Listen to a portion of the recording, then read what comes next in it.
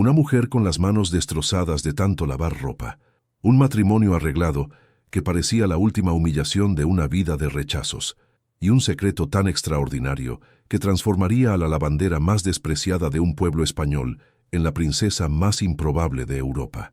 Esta es la historia de cómo Dios escribe giros inesperados en los lugares más insospechados, de cómo la humildad es recompensada de formas que nuestra mente limitada jamás podría imaginar, y de cómo el amor verdadero reconoce valor donde los ojos humanos ven solo vergüenza. Si esta historia ha llegado a ti, es porque quizás Dios quiere recordarte que Él tiene planes grandiosos escondidos detrás de tus mayores humillaciones, y que la corona más preciosa es aquella conquistada a través del sufrimiento digno. Si a ustedes les gusta este tipo de contenido, no olviden suscribirse a nuestro canal. Publicamos videos todos los días. Denle un me gusta al video si disfrutan de esta historia y dejen en los comentarios contándonos desde qué parte del mundo nos escuchan. Su apoyo marca la diferencia. El sol castigaba sin piedad la tierra agrietada de Villarrosa, un pequeño pueblo en las remotas tierras de La Mancha, mientras Elena Romero caminaba por el sendero polvoriento cargando 2 pesados baldes de agua. A sus 27 años, su rostro ya mostraba las marcas de una vida dura, y su espalda encorvada denunciaba años cargando el peso de responsabilidades que nadie más quería asumir en casa. Las sandalias gastadas apenas protegían sus pies del suelo abrasador, y el sudor corría por su frente mientras se acercaba al río donde lavaba ropa desde que tenía 12 años, cuando su madre enfermó y ella tuvo que asumir el sustento de la familia. Elena era la primogénita de los Romero, una familia que un día fue respetada en Villarrosa, pero que había caído en desgracia tras la muerte prematura del padre. Don Andrés Romero había sido un comerciante próspero, dueño de una tienda de telas que atendía a toda la región, pero una serie de malos negocios y luego su muerte súbita por fiebre dejaron a la familia en ruinas financieras. Su madre, doña Beatriz, era una mujer amargada que nunca superó la viudez y que culpaba a Elena por todo, desde la pobreza hasta el clima. Tenía 2 hermanos menores, Rodrigo de 22 años y Carmen de 19, ambos mimados e indolentes, que consideraban trabajar algo por debajo de su dignidad, incluso cuando no tenían dinero ni para pan. La dinámica en la casa de los Romero era tóxica y dolorosa. Todas las mañanas Elena se despertaba a las 4 de la madrugada, encendía el fuego, preparaba el desayuno y pan fresco para la familia. Luego limpiaba la casa, barría el patio, alimentaba a las 2 gallinas que aún quedaban de lo que un día fue una próspera crianza. Solo entonces tomaba las enormes cestas de ropa que lavaba para las familias ricas del pueblo y caminaba los 2 kilómetros hasta el río. Rodrigo y Carmen dormían hasta tarde, despertándose solo para quejarse de que el café estaba frío o que el pan no estaba lo suficientemente fresco. Doña Beatriz pasaba los días visitando a las vecinas, lamentando su suerte, pero nunca, jamás, levantando un dedo para ayudar. Elena trabajaba de rodillas sobre las piedras del río desde el amanecer hasta el atardecer. Allí, con las manos sumergidas en el agua helada en invierno y bajo el sol abrasador en verano, frotaba, escurría y enjuagaba ropa durante horas ininterrumpidas. Sus manos, que un día fueron delicadas y hermosas con dedos largos y uñas bien cuidadas, ahora estaban hinchadas, ásperas, con la piel agrietada y permanentemente enrojecidas por el contacto constante con jabón cáustico y agua fría. Había cicatrices de cortes profundos de cuando el jabón entraba en las heridas, causando un dolor punzante que ella soportaba en silencio. Sus uñas estaban rotas y había manchas marrones permanentes debajo de ellas. En los días más fríos de invierno, sus manos se entumecían tanto que apenas podía sostenerlas, pero seguía trabajando porque parar significaba no tener dinero para comida. Lavaba para 10 familias diferentes: doña Mercedes, la esposa del alcalde, la familia Fernández, que tenía la mayor finca de la región, los Ortega, que eran dueños de la panadería, y varias otras familias prósperas. Cada una pagaba una miseria, pero juntas daban lo suficiente para mantener comida en la mesa de los Romero. Elena cobraba solo 5 reales por semana de ropa de cada familia, un precio ridículamente bajo, pero no podía cobrar más porque había otras lavanderas dispuestas a trabajar por menos. y ella necesitaba desesperadamente ese dinero. Lo que lo hacía todo más doloroso era cómo esas mismas familias para las que trabajaba la trataban. Doña Mercedes solía inspeccionar la ropa lavada con una mirada crítica, buscando cualquier mínimo defecto para quejarse. Una vez señaló una mancha minúscula que apenas era visible y dijo en voz alta frente a sus amigas: «¿Ven? Por eso las lavanderas nunca consiguen maridos decentes. Ni siquiera pueden lavar la ropa bien. Imagínense cuidar una casa». Las mujeres rieron cruelmente mientras Elena bajaba la cabeza, ardiendo de humillación, pero necesitaba demasiado el dinero para responder. Las hijas de las familias ricas, chicas de la edad de Elena o más jóvenes, eran particularmente crueles. Rosa Fernández y sus amigas solían pasar por el río durante sus paseos de ocio, vestidas con sus bonitos vestidos, protegidas del sol por sombrillas delicadas. Se detenían para admirar el trabajo de Elena, haciendo comentarios en voz alta sobre sus manos destrozadas. «¿Cómo puede alguien dejar que sus manos se pongan tan horribles?», decía Rosa con falso horror. «Me moriría si mis manos se vieran así. Ningún hombre tocaría jamás unas manos tan feas». Y luego reían, esas risas agudas y crueles que resonaban sobre el río, mientras Elena seguía frotando la ropa. Cada risa como un cuchillo en su corazón. Incluso su propia madre participaba en la crueldad. Doña Beatriz vivía comparando a Elena con sus primas. Lucía se casó con un comerciante rico a los 19 años. Isabel se casó con el hijo del juez a los 20. Y tú, a los 27, todavía estás aquí lavando ropa como una criada. ¿Dónde me equivoqué? ¿Qué hice para merecer una hija tan sin valor? Elena escuchaba en silencio, porque responder solo traía más abuso. Rodrigo y Carmen tampoco perdían la oportunidad de humillarla. «Al menos nosotros tenemos dignidad», decía Carmen. «Preferimos ser pobres con orgullo que trabajar como sierva», como si no fueran las manos destrozadas de Elena las que ponían comida en sus platos ingratos. Elena soportaba todo en silencio, guardando sus lágrimas para los momentos solitarios en el río, cuando podía llorar libremente mientras sus manos trabajaban mecánicamente.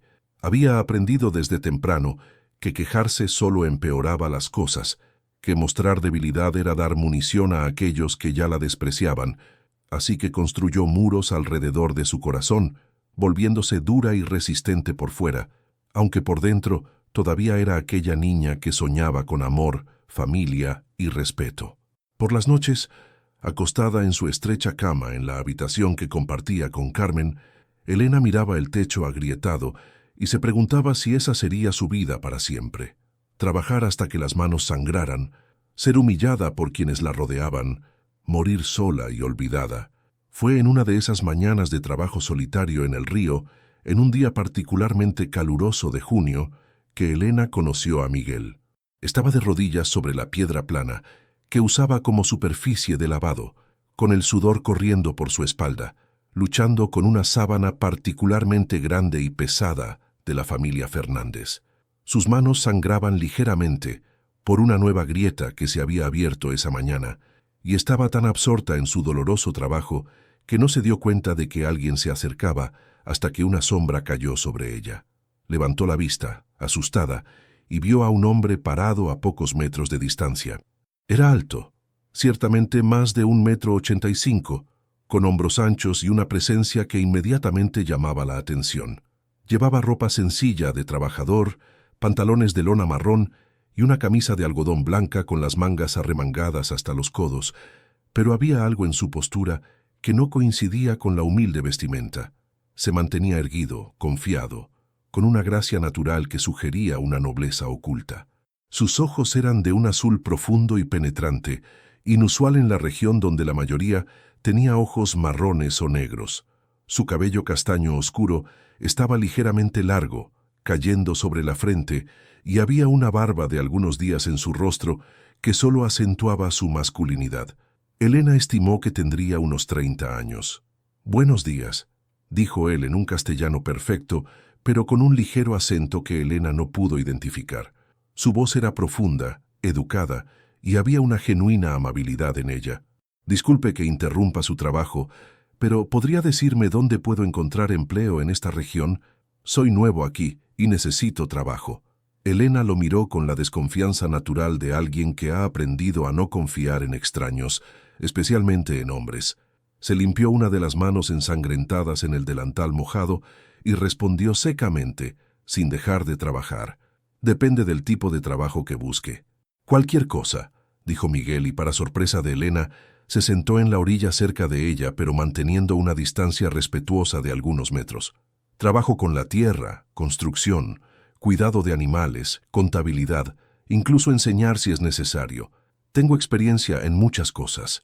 Elena lo estudió de reojo mientras continuaba frotando la sábana. No parecía un trabajador común.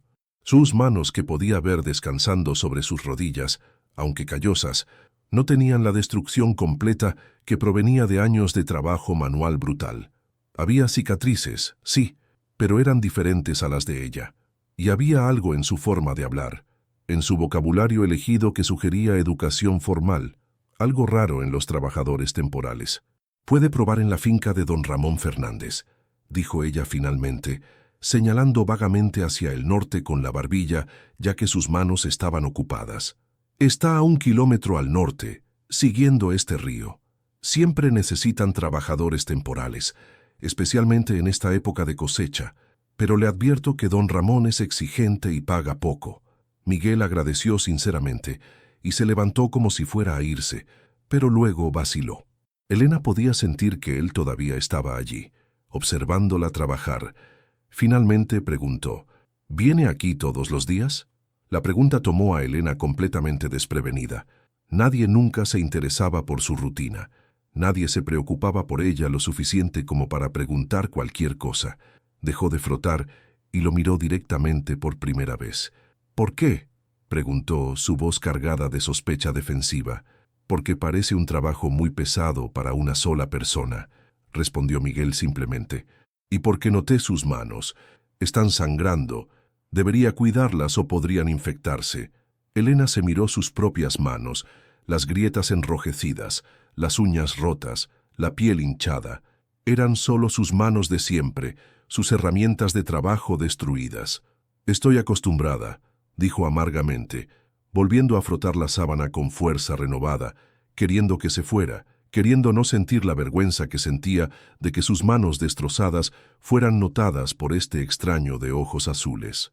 «Acostumbrada no significa que no duela», respondió Miguel con gentileza, «y no significa que no merezca compasión». Elena se detuvo de nuevo, sus palabras golpeando algo profundo dentro de ella. ¿Cuándo fue la última vez que alguien le ofreció compasión? ¿Cuándo fue la última vez que alguien reconoció su dolor en lugar de simplemente exigir más trabajo? Sintió lágrimas ardiendo en sus ojos, pero las contuvo. «No llores frente a extraños», se dijo a sí misma. «No muestres debilidad». «No necesito caridad», dijo, su voz saliendo más áspera de lo que pretendía. «Sé cuidarme sola. Lo he hecho durante 15 años». «No era caridad», respondió Miguel, su voz aún suave, no ofendido por su aspereza. «Era compasión. Hay una diferencia. La caridad es dar limosna por lástima. La compasión es reconocer el valor de alguien y querer aliviar su sufrimiento porque todos merecen dignidad». Y entonces, antes de que Elena pudiera responder, él asintió amablemente y se fue, caminando por el sendero que ella le había indicado hacia la finca Fernández.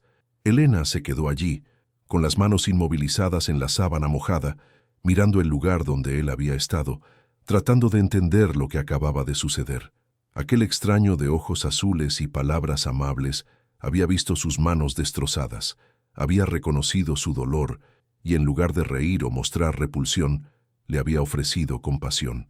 Sacudió la cabeza, tratando de deshacerse del extraño sentimiento en su pecho, y volvió al trabajo.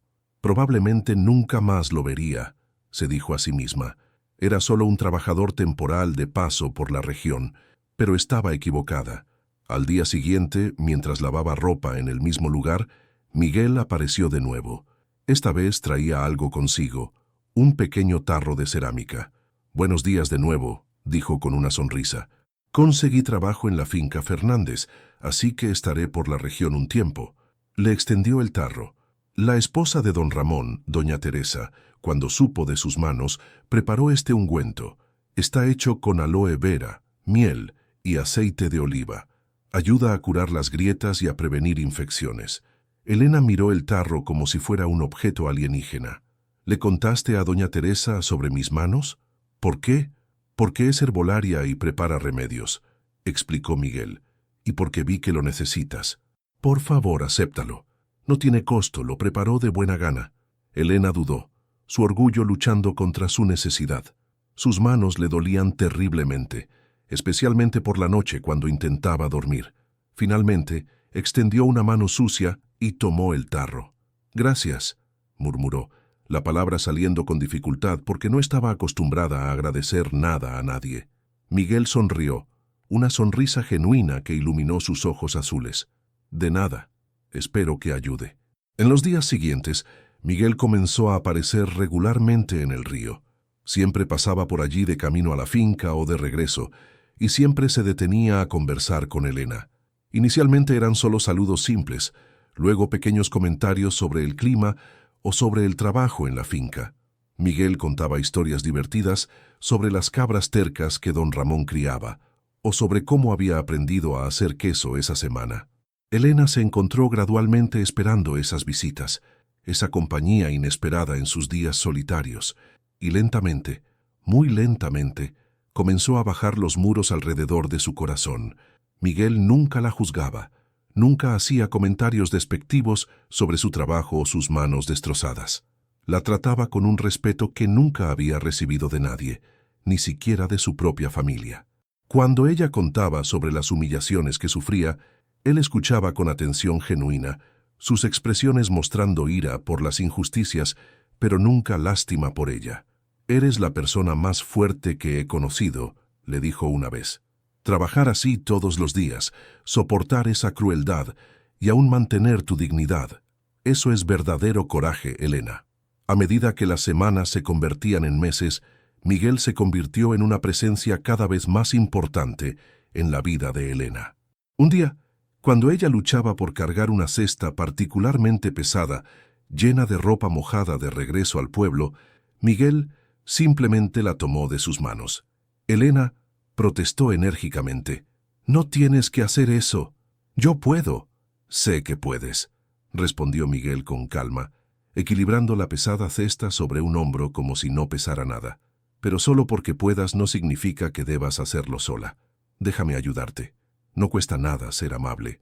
Mientras caminaban lado a lado por el sendero polvoriento, Elena se encontró notando cosas sobre él que antes no se había permitido notar, la forma en que sus ojos se iluminaban cuando sonreía, como si el sol brillara detrás de ellos, la amabilidad genuina en sus acciones, no afectada ni fingida, sino natural como respirar, la forma respetuosa en que la trataba, como si fuera alguien importante en lugar de solo una lavandera despreciada, la profundidad en sus conversaciones, discutiendo no solo trivialidades sino filosofía, sueños, el significado de la vida. Y por primera vez en años, Elena sintió algo flotar en su pecho. Esperanza. Esperanza peligrosa, quizás tonta, pero esperanza al fin y al cabo. Esperanza de que tal vez, solo tal vez, no estaba destinada a pasar la vida sola y despreciada. Miguel también compartía cosas sobre sí mismo, aunque siempre de forma ligeramente vaga. Contaba que venía de lejos, de una gran ciudad que no nombraba, que buscaba algo que no encontraba en su lugar de origen. Estaba atrapado, decía él, atrapado por expectativas, por tradiciones, por un camino ya decidido para mí que no era lo que mi corazón quería. Así que huí. Huí para encontrar autenticidad, para vivir una vida donde pudiera ser yo mismo, en lugar de solo representar un papel. Elena lo entendía perfectamente. Ella también estaba atrapada por su familia, por su pobreza, por un destino que no había elegido. Un día, Elena mencionó casualmente que su mayor sueño de niña era tener una pequeña tienda de telas, como la que había tenido su padre. Solía ayudarlo, dijo con nostalgia en la voz. Él me enseñaba sobre diferentes tipos de tela, sobre colores, sobre cómo hacer un buen negocio, pero siempre con honestidad. Me encantaba. Soñaba con tener mi propia tienda algún día, crear diseños bonitos, hacer ropa para la gente. Pero después de que él murió y lo perdimos todo, se encogió de hombros, dejando la frase inacabada. Miguel la miró con una expresión que ella no pudo descifrar. «Nunca es demasiado tarde para los sueños», dijo suavemente. «A veces solo necesitan esperar el momento adecuado». Fue en una tarde de otoño, cuando las hojas comenzaban a cambiar de color y el aire se volvía más fresco, que Miguel hizo la pregunta que lo cambiaría todo. Estaban sentados en la orilla del río, después de que Elena hubiera terminado su trabajo del día. El sol estaba bajo en el horizonte, pintando el cielo en tonos de naranja y rosa, y había una paz en el aire que Elena rara vez sentía. Miguel estaba inusualmente callado, como si estuviera reuniendo coraje para algo. Finalmente se volvió hacia ella. «Elena», dijo, su voz inusualmente nerviosa, «hay algo que necesito preguntarte, algo importante». Elena lo miró, su corazón comenzando a acelerarse sin saber por qué. «¿Qué?», preguntó, su propia voz saliendo más baja de lo que pretendía. Miguel respiró hondo, como un hombre a punto de saltar de un acantilado. «Sé que no soy mucho. Soy solo un trabajador temporal en una finca, sin tierras propias, sin fortuna que ofrecer. Sé que hay hombres más ricos, más establecidos que podrían cortejarte, pero te admiro más que a cualquier persona que he conocido en toda mi vida. Admiro tu fuerza que nunca se quiebra, incluso bajo el peso más brutal. Admiro tu dignidad que mantienes incluso cuando otros intentan robártela. Admiro tu bondad, tu gentileza, la forma en que todavía encuentras belleza en una puesta de sol, incluso después de un día de arduo trabajo». Se arrodilló en la orilla del río, el agua corriendo detrás de él, el sol poniente creando un halo dorado a su alrededor. «Elena Romero, ¿te casarías conmigo?». El mundo de Elena se detuvo, completamente. Podía oír el río fluyendo, los pájaros cantando en algún lugar distante, su propio corazón latiendo como un tambor en sus oídos. «¿Casamiento?», tartamudeó, apenas logrando formar la palabra, segura de haber entendido mal. «Sí», confirmó Miguel todavía de rodillas, sus ojos azules fijos en los de ella con absoluta intensidad. «Casamiento. Quiero casarme contigo, Elena. Quiero darte mi nombre, mi lealtad, mi respeto. Quiero construir una vida contigo. Sé que es improbable, sé que debe parecer una locura después de solo unos meses, pero nunca he estado tan seguro de algo en toda mi vida. Eres la mujer más extraordinaria que he conocido». Elena sintió que las lágrimas brotaban de sus ojos y corrían libremente por su rostro antes de que pudiera detenerlas. Nadie nunca le había pedido matrimonio. Nadie nunca había demostrado querer estar con ella. Nadie nunca la había llamado extraordinaria. Y aquí estaba este hombre amable y misterioso ofreciéndole algo con lo que había dejado de soñar. Una familia, compañía, alguien que la valorara. Pero la realidad comenzó a infiltrarse a través de la emoción. «Mi familia nunca estará de acuerdo», dijo, su voz quebrándose. «Dirán que eres demasiado pobre, demasiado desconocido. Mi madre me lo impedirá. Siempre dijo que no me casaría hasta que Rodrigo y Carmen se casaran primero».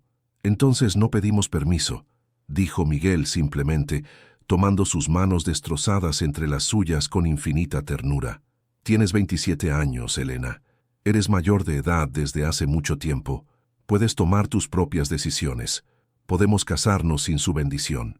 Elena miró sus manos entrelazadas, sus manos ásperas e hinchadas contra las suyas más suaves.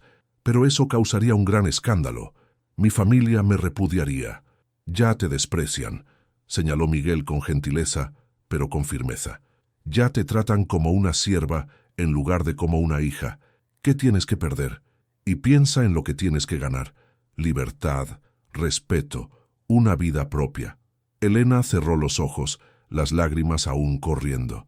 La idea era radical, casi imposible de imaginar. Desafiar a su madre, casarse sin permiso, dejar la casa donde había vivido toda su vida. Era aterrador, pero cuando abrió los ojos y miró a Miguel, a ese hombre que la veía, que la valoraba, que le ofrecía algo más allá de la esclavitud doméstica que era su vida, tomó la decisión más valiente que jamás había tomado. «Sí», susurró tan bajo que apenas fue audible sobre el sonido del río. «Sí, me casaré contigo». La sonrisa que iluminó el rostro de Miguel fue como el amanecer. Se levantó, tiró de Elena para ponerla de pie y la abrazó con fuerza, haciéndola girar una vez. Cuando la volvió a poner en el suelo, sostuvo su rostro entre sus manos y preguntó, «¿Puedo besarte?». Elena, que nunca había sido besada en toda su vida, que nunca había sido tocada con ternura, asintió. Y cuando los labios de él tocaron los de ella, gentil pero firmemente, sintió que algo se rompía dentro de ella. Todos los muros que había construido alrededor de su corazón se derrumbaron, y por primera vez en años se permitió sentir. La boda se organizó rápidamente y en secreto. Miguel hizo todos los arreglos, habló con el sacerdote, se aseguró de que la documentación estuviera en orden. Elena no le contó nada a su familia, sabiendo que se lo impedirían. La mañana de la boda, un simple jueves de noviembre, Elena se despertó antes del amanecer como siempre. Preparó el desayuno para la familia, pero en lugar de tomar las cestas de ropa sucia, guardó sus pocas pertenencias en una pequeña bolsa. 2 vestidos, un chal, el tarro de ungüento que Miguel le había dado y que había usado religiosamente hasta que sus manos mejoraron, y una fotografía descolorida de su padre. Dejó una nota corta en la mesa. «Me he casado. No me busquen. Elena». La ceremonia se celebró en la pequeña capilla de Santa María, en las afueras del pueblo, una modesta construcción de piedra con techo de tejas y un altar simple pero hermoso. El sacerdote, un hombre anciano y amable, llamado Padre Tomás, que conocía a Elena desde niña, ofició la ceremonia con respetuosa gravedad. Los únicos testigos eran 2 trabajadores de la finca Fernández, que Miguel había conocido, hombres simples pero honestos. Elena llevaba su único vestido bueno, azul oscuro con mangas largas que ella misma había cosido años atrás. Estaba remendado en algunos lugares, descolorido por el sol, pero estaba limpio y planchado. En sus manos sostenía un pequeño ramo de flores silvestres que Miguel había recogido para ella esa mañana. Margaritas amarillas, lavanda morada y delicadas rosas silvestres. Cuando llegó el momento de los votos, cuando el padre Tomás preguntó, «Elena Romero, ¿aceptas a este hombre, Miguel, como tu legítimo esposo, para amarlo y respetarlo en la salud y en la enfermedad, en la riqueza y en la pobreza, hasta que la muerte los separe?» Elena miró a Miguel a su lado, vestido con su ropa sencilla pero con esa presencia innegable, esos ojos azules fijos en ella con un amor tan puro que casi dolía, y respondió con voz clara y firme, «Acepto». Y cuando fue el turno de Miguel, cuando dijo «acepto» con voz profunda y solemne, luego tomó su mano, esa mano destrozada de la bandera que ella siempre había escondido con vergüenza, y deslizó un simple anillo de plata en su dedo. Elena sintió algo que nunca había sentido antes. Sintió que pertenecía a alguien, que alguien la había elegido, que alguien la valoraba. El beso después de los votos fue casto, apropiado para la santidad del momento, pero para Elena fue el sello de algo sagrado. Estaba casada, tenía un marido, tenía a alguien. Cuando salieron de la capilla, ahora como marido y mujer, el sol estaba saliendo por completo, bañando todo en una luz dorada, y Elena sintió como si ella también estuviera naciendo, dejando atrás a la lavandera despreciada y convirtiéndose en algo nuevo. No hubo fiesta, no hubo invitados, no hubo celebración elaborada. Pero Miguel había preparado una sorpresa. Llevó a Elena a una pequeña cabaña en las afueras del pueblo que había alquilado y renovado en las últimas semanas. Era modesta, muy modesta, solo 2 habitaciones pequeñas, una cocina minúscula y un baño exterior. Pero estaba limpia, tenía muebles básicos pero funcionales y lo más importante, era suya, era su hogar. Sobre la mesa había una cena sencilla que Miguel había preparado, pan fresco, queso, aceitunas, vino. Y en el centro de la mesa un regalo, un paquete de tela cuidadosamente envuelto. «¿Qué es esto?», preguntó Elena, tomando el paquete con manos temblorosas. «Ábrelo y verás», dijo Miguel sonriendo. Elena desenvolvió cuidadosamente y contuvo la respiración. Dentro había guantes, hermosos guantes de cuero suave, forrados de lana, claramente caros y de calidad. «Son para proteger tus manos», explicó Miguel con gentileza. «Sé que necesitas seguir trabajando por ahora, pero al menos tus manos estarán protegidas. Y un día, te lo prometo, no tendrás que lavar ropa nunca más. Tendremos nuestra propia tienda, como la que tenía tu padre». Elena sostuvo los guantes contra su pecho y lloró. Lloró lágrimas de gratitud, de amor, de alivio por tener finalmente a alguien que se preocupaba. La reacción de la familia de Elena cuando se enteraron fue exactamente la que ella esperaba. Doña Beatriz entró en una histeria completa cuando Elena regresó a casa al día siguiente para recoger algunas cosas más. ¿Te has casado con un trabajador sin tierras, un desconocido que nadie conoce? Nos has deshonrado por completo. ¿Cómo te atreves a traer esta vergüenza sobre nosotros? Rodrigo y Carmen, en lugar de defender a su hermana, rieron cruelmente. Al menos ahora no tendremos que verla todos los días con esas manos horribles, dijo Carmen con desdén. Que el trabajador pobre se encargue de ella. Ahora es su problema. Todo el pueblo estalló en chismes. Doña Mercedes, siempre la primera en juzgar, organizó tertulias especialmente para discutir el escándalo. Esa Romero se casó con un don nadie, decían las mujeres tomando té y comiendo galletas mientras destruían la reputación de Elena. Un trabajador temporal que nadie conoce, sin familia, sin propiedades. Está destinada a vivir en una miseria aún mayor de la que ya vivía. Qué tontería casarse por pasión cuando debería haber esperado un partido mejor. Rosa Fernández añadió cruelmente. Con esas manos destrozadas, tuvo suerte de conseguir cualquier marido. Probablemente era su última oportunidad. Pero a Elena no le importaba. Por primera vez en su vida, tenía a alguien que la valoraba, que la trataba con amabilidad, que la hacía sentir humana, en lugar de solo una bestia de carga. Miguel alquiló la pequeña cabaña que sería suya, modesta pero limpia, y allí construyeron su vida. Elena seguía lavando ropa para ganar dinero porque necesitaban sobrevivir, pero ahora había algo diferente. Volvía a casa donde alguien la esperaba con una sonrisa, donde alguien le preguntaba por su día con interés genuino, donde alguien le masajeaba sus manos doloridas por la noche con el ungüento, besaba cada cicatriz y le decía que eran las manos más hermosas del mundo, porque eran manos que trabajaban con honor. Miguel trabajaba duro en la finca Fernández, siempre llegando temprano y saliendo tarde, pero no importaba lo cansado que estuviera, siempre tenía tiempo para Elena. Preparaba la cena los días en que ella llegaba particularmente exhausta, arreglaba cosas que se rompían en la casa, y hablaban durante horas sobre todo y nada. Por primera vez, Elena entendía lo que significaba la asociación, lo que significaba tener a alguien a tu lado en lugar de solo gente usándote. 3 meses después de la boda, en una fría mañana de febrero cuando la escarcha cubría el suelo y el sol apenas había salido, todo cambió. Elena estaba en el mercado del pueblo comprando verduras con las pocas monedas que había ganado esa semana. El mercado estaba relativamente vacío debido al frío, solo unos pocos vendedores y compradores madrugadores. Estaba examinando patatas cuando escuchó la conmoción. Caballos, muchos de ellos. El sonido de múltiples cascos golpeando la calzada de piedra. Elena levantó la vista y vio algo que parecía sacado de un sueño o de un cuento. Una procesión real entrando en Villarrosa.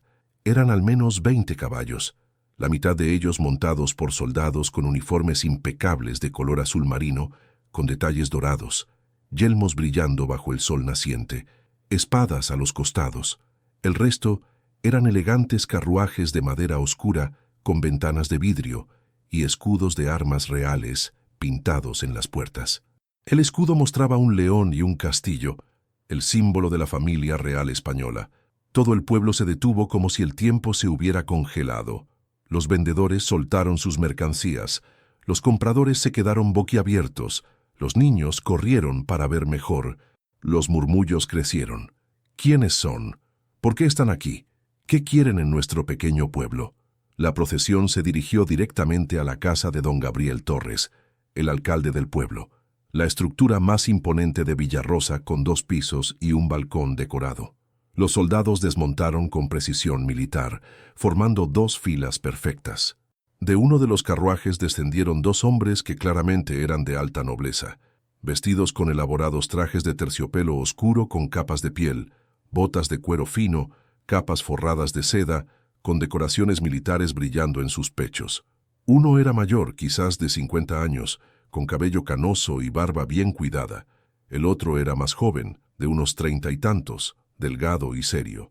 Ambos tenían esa postura inconfundible de quien ha nacido para gobernar. El alcalde salió corriendo de su casa, claramente sorprendido, todavía ajustándose el abrigo. «Mis señores», dijo haciendo una profunda reverencia, «qué honor inesperado. ¿Cómo puedo servir a la corona?»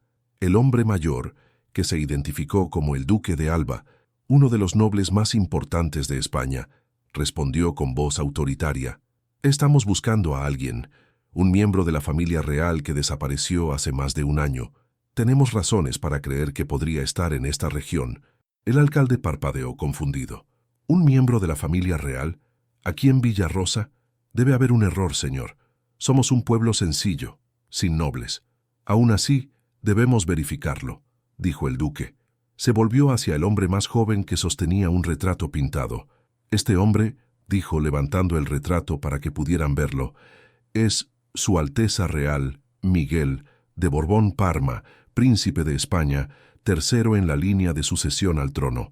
Desapareció de la corte hace 13 meses. Si alguien lo ha visto, hay una recompensa significativa».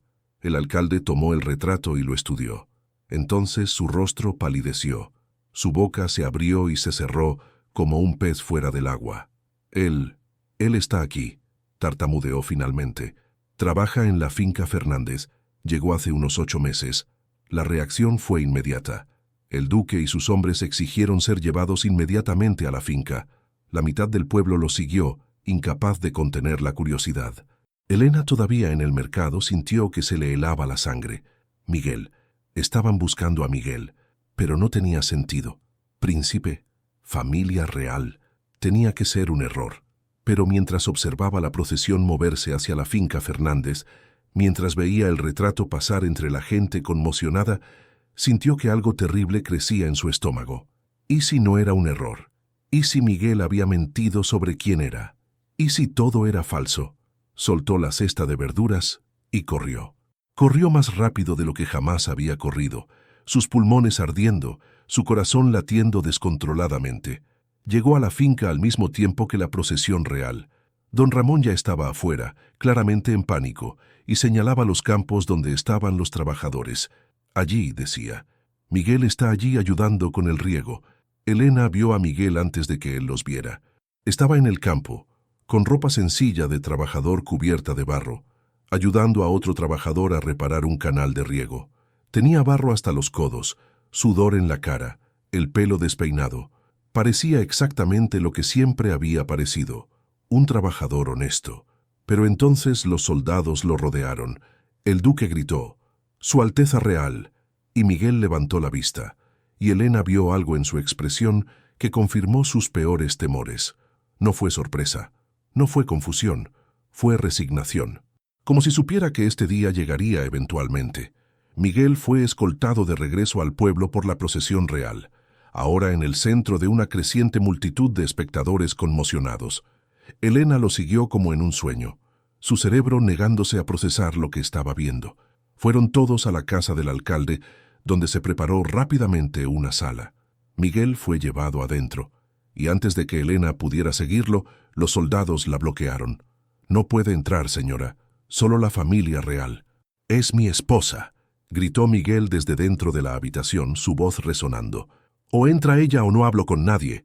Los soldados se miraron entre sí, luego miraron al duque, quien asintió a regañadientes. «Déjenla entrar».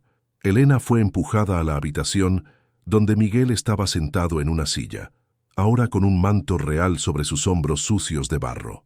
El contraste era absurdo, grotesco incluso. Él la vio y se levantó de inmediato. «Elena». Ella se quedó allí paralizada, mirándolo como si fuera un extraño. Miguel dio un paso hacia ella. «Por favor, déjame explicar. ¿Eres un príncipe?» Su voz salió mecánica, sin emoción porque sentía demasiada emoción y se derrumbaría si liberaba algo. Miguel asintió lentamente. «Sí, entonces me mentiste. Omití parte de la verdad», comenzó Miguel, «pero no mentí sobre quién soy esencialmente». «No eres un trabajador de finca», interrumpió Elena, su voz comenzando a quebrarse. «Eres un príncipe, príncipe de España. Y yo soy una lavandera despreciada con las manos destrozadas. ¿Por qué harías eso? ¿Por qué te casarías conmigo? Miguel tomó sus manos, esas manos que ella intentó esconder, pero que él sostuvo firmemente. Porque eres la única persona que me vio, a mi verdadero yo. No al príncipe, no al título, no a la corona. Viste al hombre, y aún así me aceptaste, me amaste. Eso es más precioso que todos los tesoros reales.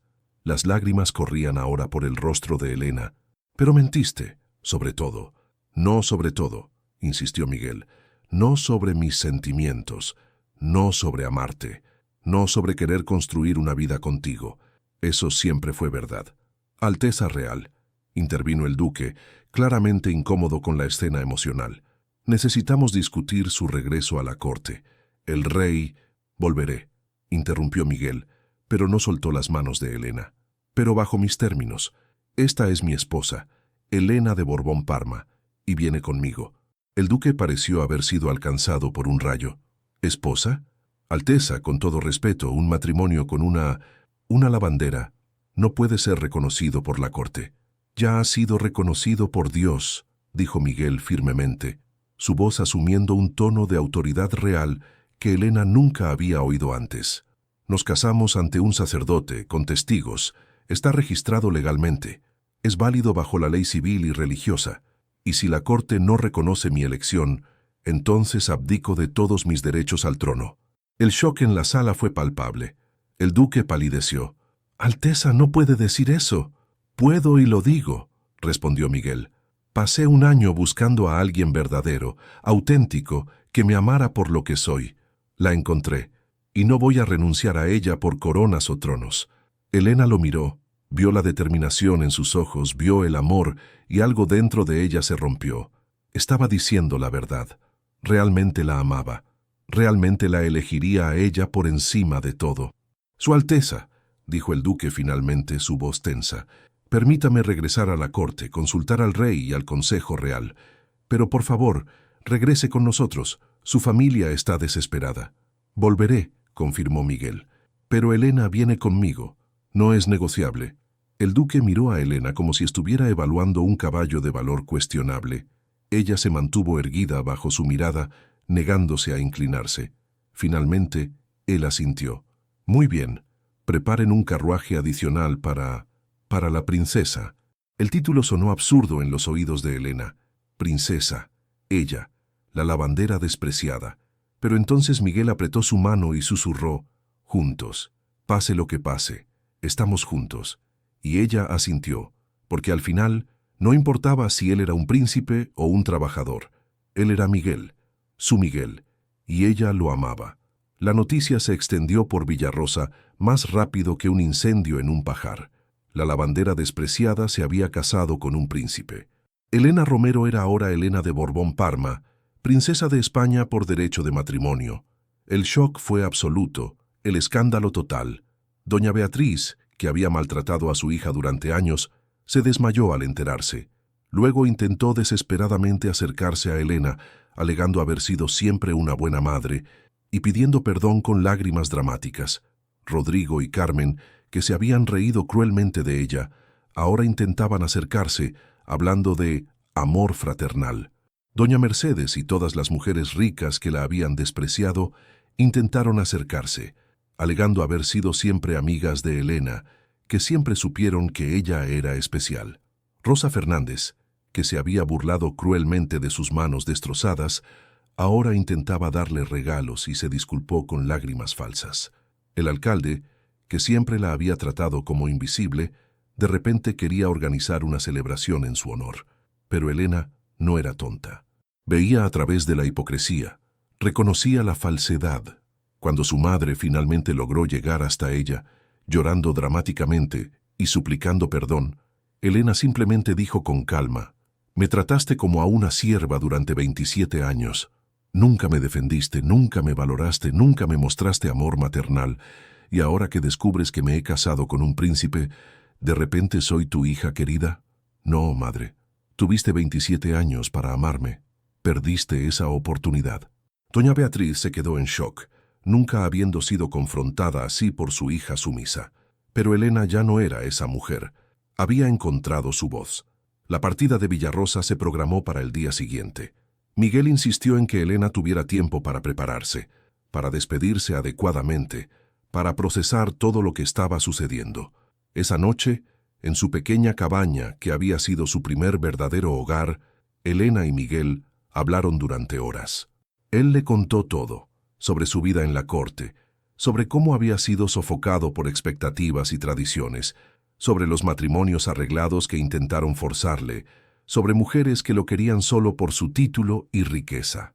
«Huí porque me estaba muriendo por dentro», dijo él, viviendo una vida que no era mía, representando un papel. Quería encontrar algo real, auténtico, alguien que me viera como persona, no como príncipe. Y te encontré a ti, Elena. Tú que trabajas con manos que sangran pero aún mantienes la dignidad. Tú que has sido despreciada, pero nunca te has vuelto cruel. Eres más noble que cualquier persona de sangre real que he conocido. Elena lloró mientras escuchaba, entendiendo finalmente por qué había hecho lo que hizo. Te perdono, dijo ella, por no contarme la verdad desde el principio. Entiendo por qué. Pero prométeme algo. No importa lo que pase. No importa qué coronas pongan en nuestras cabezas o qué títulos nos den, nunca olvidemos quiénes somos realmente. Tú eres el hombre que cargó mis cestas de ropa. Yo soy la mujer con las manos destrozadas de lavar. Esa es nuestra verdad. Ese es nuestro cimiento. Miguel se lo prometió, sellando la promesa con un beso. En la mañana de la partida, la mitad de Villarrosa se reunió para observar. El carruaje real esperaba, lujoso más allá de la comprensión de Elena, con tapicería de terciopelo rojo y cortinas de seda. Los soldados formaban una guardia de honor.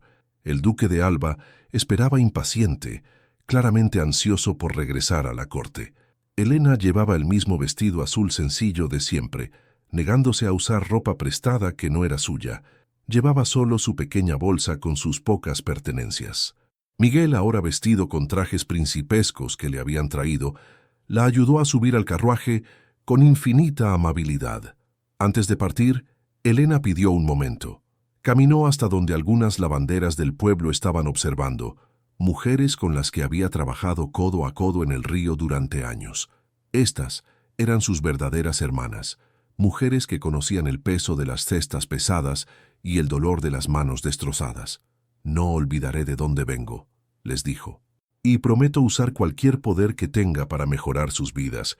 Nunca más una lavandera será despreciada, no si puedo evitarlo». Las mujeres lloraron, la abrazaron, la bendijeron, y entonces Elena subió al carruaje, con Miguel a su lado sosteniendo su mano, y partieron. El viaje a Madrid duró 3 días. Durante ese tiempo, Miguel preparó a Elena para lo que le esperaba. Le habló de la corte, de la familia real, de los protocolos y las expectativas. «Habrá resistencia», le advirtió. «Nobles que considerarán nuestra unión inadecuada, miembros de la familia que cuestionarán tu linaje, pero el rey, mi tío, es un hombre justo. Si ve tu carácter, tu fuerza, reconocerá el matrimonio». Elena escuchaba todo con creciente aprensión, pero también con determinación. No permitiría que nobles arrogantes la intimidaran. Había enfrentado la crueldad durante años en Villarrosa. Sobreviviría también a la crueldad de la corte. Cuando finalmente llegaron a Madrid y Elena vio por primera vez el Palacio Real, se quedó sin palabras. Era una estructura monumental de piedra blanca, con cientos de ventanas, torres majestuosas, jardines que se extendían por kilómetros. Era más grandioso que cualquier cosa que pudiera haber imaginado, tan diferente de su humilde cabaña que parecían existir en mundos diferentes. El carruaje pasó por enormes puertas custodiadas por soldados, a través de patios pavimentados con mármol, hasta detenerse en la entrada principal donde una multitud de sirvientes y nobles esperaba. El duque descendió primero, luego Miguel, quien extendió la mano para ayudar a Elena. Cuando ella descendió, todos los ojos se volvieron hacia ella. Elena podía sentir los juicios, las evaluaciones, los desdenes mal disimulados, pero mantuvo la cabeza en alto, negándose a mostrar el miedo que sentía. Miguel la llevó a través de pasillos interminables decorados con tapices y pinturas de valor incalculable, a través de salones grandiosos con candelabros de cristal, hasta que llegaron a una cámara privada donde el rey esperaba. El rey Fernando VII Era un hombre de unos 60 años, con el cabello completamente blanco, el rostro marcado por años de gobierno, pero con ojos todavía agudos e inteligentes. Estaba sentado en una silla ornamentada, rodeado de consejeros. Cuando Miguel y Elena entraron, todos hicieron profundas reverencias. «Miguel», dijo el rey, su voz grave y autoritaria, pero con una nota de alivio genuino. «Gracias a Dios que estás a salvo. Un año entero sin noticias. Tu madre casi muere de preocupación». Miguel se arrodilló ante el rey. «Pido perdón por mi ausencia, Su Majestad, pero fue necesario, y he traído algo precioso de vuelta. Mi esposa». El rey miró a Elena, estudiándola con una intensidad que la hizo querer encogerse, pero ella se mantuvo firme, encontrando sus ojos sin desviar la mirada, mostrando que no tenía nada que esconder. «¿Esta es la lavandera?», preguntó el rey finalmente. «Sí», confirmó Miguel. «Esta es Elena Romero, ahora Elena de Borbón Parma, mi esposa legítima ante Dios y la ley». El rey guardó silencio por un largo momento. Luego dijo algo inesperado. «Acércate, niña». Elena dio un paso vacilante hacia adelante. El rey extendió la mano. «Déjame ver tus manos». Elena dudó avergonzada, pero luego recordó la promesa que le había hecho a Miguel. Nunca olvidar quién era. Extendió las manos, esas manos destrozadas, hinchadas, cicatrizadas, marcadas por años de trabajo arduo. El rey las tomó con gentileza, girándolas, examinando cada cicatriz, cada callosidad. «Mi propia madre tenía manos así», dijo finalmente, sorprendiendo a todos en la sala. «Antes de casarse con mi padre, trabajaba en los campos. Estas son manos de honor. Las manos que trabajan no mienten». Y entonces, para el absoluto shock de todos los presentes, el rey se levantó e hizo una ligera reverencia a Elena. «Bienvenida a la familia, princesa Elena». La aceptación del rey lo cambió todo. Si el rey reconocía el matrimonio, los nobles tenían que aceptarlo, les gustara o no. Elena fue presentada oficialmente como la princesa Elena de Borbón Parma, en una ceremonia en la Catedral de Madrid, ante toda la nobleza española y representantes de las cortes europeas. Fue vestida con elaborados trajes principescos, sedas y terciopelos en tonos de azul profundo con bordados dorados, joyas de valor incalculable alrededor de su cuello y muñecas. Pero Miguel insistió en una cosa: no usaría guantes. Sus manos destrozadas quedarían visibles para que todos las vieran, como un recordatorio de quién era y de dónde venía. La transformación que siguió fue vertiginosa, pero Elena la enfrentó con un coraje sorprendente. Tuvo que aprender etiqueta real, protocolos de la corte, idiomas extranjeros, danza, música, todo lo que se esperaba de una princesa. Fue desafiante, a veces humillante cuando cometía errores, pero Miguel siempre estuvo a su lado, apoyándola, animándola. Y gradualmente, Elena descubrió que tenía más fuerza de la que imaginaba. Había sobrevivido a años de abuso y desprecio. Ciertamente, podía sobrevivir a las clases de etiqueta. Pero Elena no se contentó con solo sobrevivir. Decidió usar su nueva posición para provocar cambios reales. Comenzó visitando lavanderías en Madrid, viendo de primera mano las horribles condiciones en las que trabajaban las mujeres. Luego convenció al rey de implementar leyes que protegieran a las lavanderas y otras trabajadoras domésticas, límites de horas de trabajo, salarios mínimos justos, protecciones contra el abuso. Estableció una escuela para niñas pobres, donde podían aprender no solo tareas domésticas, sino también a leer, escribir, contabilidad, habilidades que les darían mejores oportunidades. Volvió a Villarrosa no como vengadora, sino como benefactora. Usando su influencia y recursos, construyó un hospital equipado con médicos capacitados, renovó por completo la iglesia que se estaba cayendo a pedazos, estableció un programa de asistencia que garantizaba que ningún niño en el pueblo pasara hambre. Creó talleres de costura donde las mujeres podían aprender un oficio y ganar dinero honesto sin destruir sus manos. Y en la plaza central mandó erigir una estatua, no de sí misma con trajes reales, sino de una lavandera anónima de rodillas lavando ropa, con una placa que decía: «En honor a todas las mujeres, cuyo arduo trabajo construye naciones, pero rara vez recibe reconocimiento». En cuanto a su familia, Elena demostró compasión. pero no necedad. Se aseguró de que doña Beatriz tuviera una casa cómoda y un ingreso suficiente para vivir con dignidad, pero dejó claro que no toleraría más abusos ni manipulación. A Rodrigo y Carmen les ofreció oportunidades de educación y trabajo honesto, pero no puestos regalados. Quiero que aprendan el valor del trabajo, dijo, como yo lo aprendí, y para aquellos que la habían despreciado, especialmente doña Mercedes y las familias ricas que la humillaron, Elena no buscó venganza directa.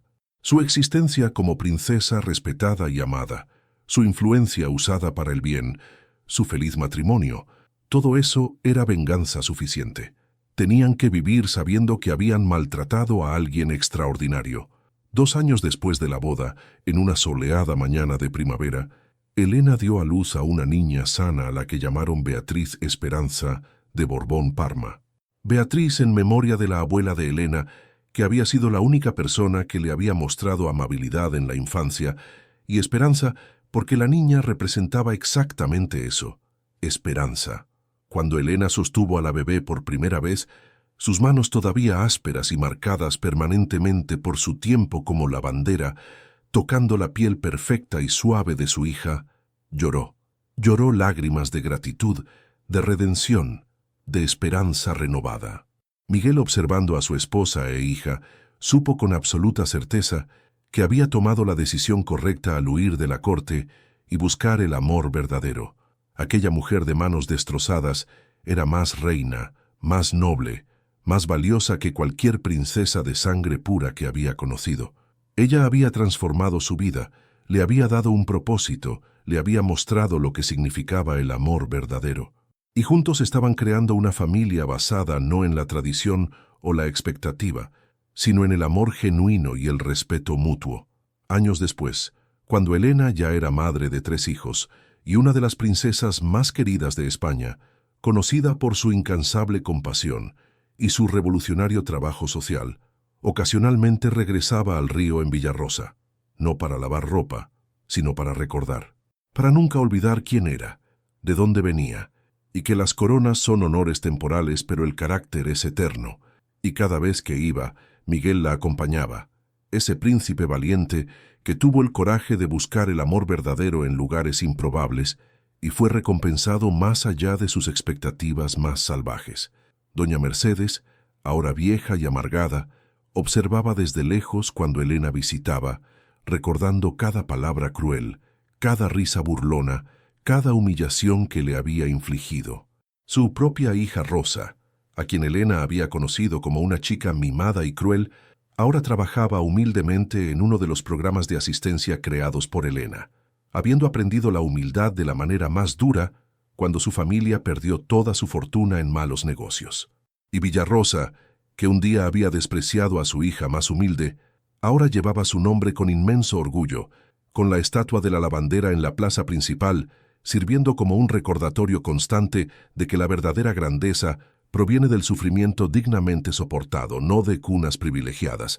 En la coronación oficial de Elena como princesa consorte, una ceremonia celebrada en la gran catedral de Santa María la Real, en Madrid, ante toda la realeza europea, nobles de todos los rincones del continente, embajadores y dignatarios, Elena insistió en una cosa que sorprendió a todos, que sus antiguas compañeras lavanderas de Villarrosa fueran invitadas de honor.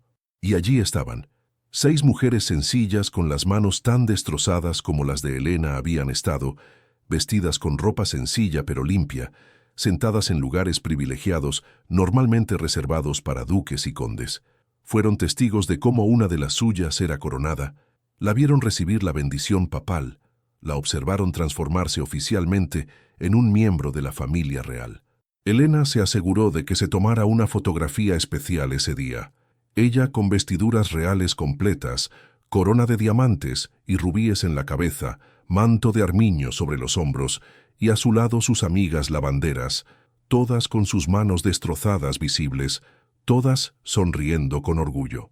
La fotografía se convirtió en una de las imágenes más icónicas de la época, reproducida en periódicos de toda Europa, un poderoso símbolo de que el verdadero valor no se mide por las apariencias externas o el estatus de nacimiento, sino por el carácter, el trabajo arduo y la dignidad mantenida incluso en las circunstancias más difíciles. Cuando Elena tenía 40 años, ya abuela de 5 adorables nietos, el rey Fernando murió y Miguel ascendió en la línea de sucesión. Había una posibilidad real de que un día se convirtiera en rey y Elena en reina. La idea era simultáneamente aterradora y divertida para ella. Pero Miguel siempre decía, si eso sucede, serás la reina más extraordinaria que este país haya tenido, porque tú entiendes el sufrimiento, entiendes el trabajo arduo, entiendes lo que es ser despreciada e invisible. Eso te hace más calificada para gobernar que cualquier noble nacido en cuna de oro. Elena usó su plataforma constantemente para abogar por los trabajadores, especialmente las mujeres. Sus manos destrozadas, que nunca intentó ocultar, se convirtieron en un símbolo de algo más grande, de la dignidad del trabajo, del valor de cada persona independientemente de su posición social, de la fuerza encontrada en la adversidad. Los niños de toda España crecieron escuchando la historia de la princesa lavandera, inspirándose en ella, aprendiendo que las circunstancias de nacimiento no determinan el destino. En Villarrosa, la transformación fue completa. El pueblo que una vez fue un lugar de humillación para Elena, se convirtió en un modelo de progreso social. La escuela que fundó graduaba a niñas que se convertían en maestras, médicas, ingenieras. El hospital que construyó salvaba vidas diariamente. Los talleres de costura que estableció prosperaban, dando empleo digno a cientos de mujeres. Y la estatua en la plaza, la lavandera anónima, se convirtió en un lugar de peregrinación, donde la gente venía a pedir fuerza y esperanza. Una tarde de otoño, muchos años después de aquel día fatídico en el río cuando conoció a Miguel, Elena estaba sentada en ese mismo lugar. Ahora tenía el pelo canoso, arrugas en el rostro que contaban historias de una vida bien vivida, pero sus ojos aún brillaban con esa fuerza interior que nunca murió. Miró sus manos, todavía marcadas permanentemente por años de trabajo como lavandera, y sonrió. Esas manos habían lavado ropa hasta sangrar. Esas manos habían sido despreciadas y ridiculizadas. Pero esas mismas manos también habían sostenido a reyes, firmado leyes que cambiaron vidas, acariciado los rostros de sus hijos y nietos, construido un legado de compasión y justicia. Miguel, ahora también canoso, pero todavía con esos penetrantes ojos azules, se sentó a su lado. «¿En qué piensas?», preguntó, tomando una de sus manos marcadas y besándola con una ternura que no había disminuido en décadas. «Estoy pensando en cómo Dios obra de maneras misteriosas», respondió Elena. «Yo era una lavandera despreciada. Tú eras un príncipe huyendo, y Él nos unió aquí, en este río, en este momento exacto, cambiando nuestras dos vidas para siempre. No fue coincidencia, fue el destino. Fue Dios diciendo que el verdadero valor no está en los títulos o las riquezas, sino en el carácter y el amor». Miguel asintió, acercándola más. «Y pensar que casi no me detuve ese día. Casi pasé de largo». Elena sonrió. «Pero te detuviste. Viste más allá de la lavandera sucia con las manos destrozadas. Viste a la persona, y eso lo cambió todo». Se quedaron sentados allí mientras el sol se ponía, pintando el cielo en tonos de naranja y rosa, el río fluyendo eternamente a su lado, testigo silencioso del comienzo de una historia extraordinaria. Una historia que demostraba que Dios no se olvida de los humildes, que las coronas más preciosas a menudo se colocan en las cabezas más improbables, y que el amor verdadero reconoce el valor donde los ojos mundanos ven solo vergüenza. Si esta historia ha tocado tu corazón, es porque Dios quiere recordarte que Él ve cada lágrima que has derramado en silencio, cada humillación que has soportado con dignidad, cada momento en que trabajaste cuando nadie lo valoraba. Elena lavó ropa con las manos sangrando, fue despreciada por todos, considerada sin valor, y se convirtió en una princesa amada por millones, no porque buscara estatus o poder, sino porque mantuvo la dignidad cuando nadie más veía su valor, porque trabajó honestamente cuando habría sido más fácil rendirse, porque permaneció bondadosa incluso cuando el mundo fue cruel. Tu momento está llegando, tu corona se está preparando. Y aquellos que te despreciaron, que se rieron de ti, que te hicieron sentir sin valor, Verán que Dios recompensa a los humildes de formas que dejan a los reyes avergonzados. Las manos que sangran hoy sostendrán cetros mañana. Las lágrimas que derramaste en secreto se convertirán en joyas en tu corona. Y la historia que parece de desesperación se revelará como una preparación para una gloria que tu mente limitada ni siquiera puede imaginar. Escribe amén en los comentarios si crees que Dios tiene una corona escondida para ti, preparada a través de tu sufrimiento.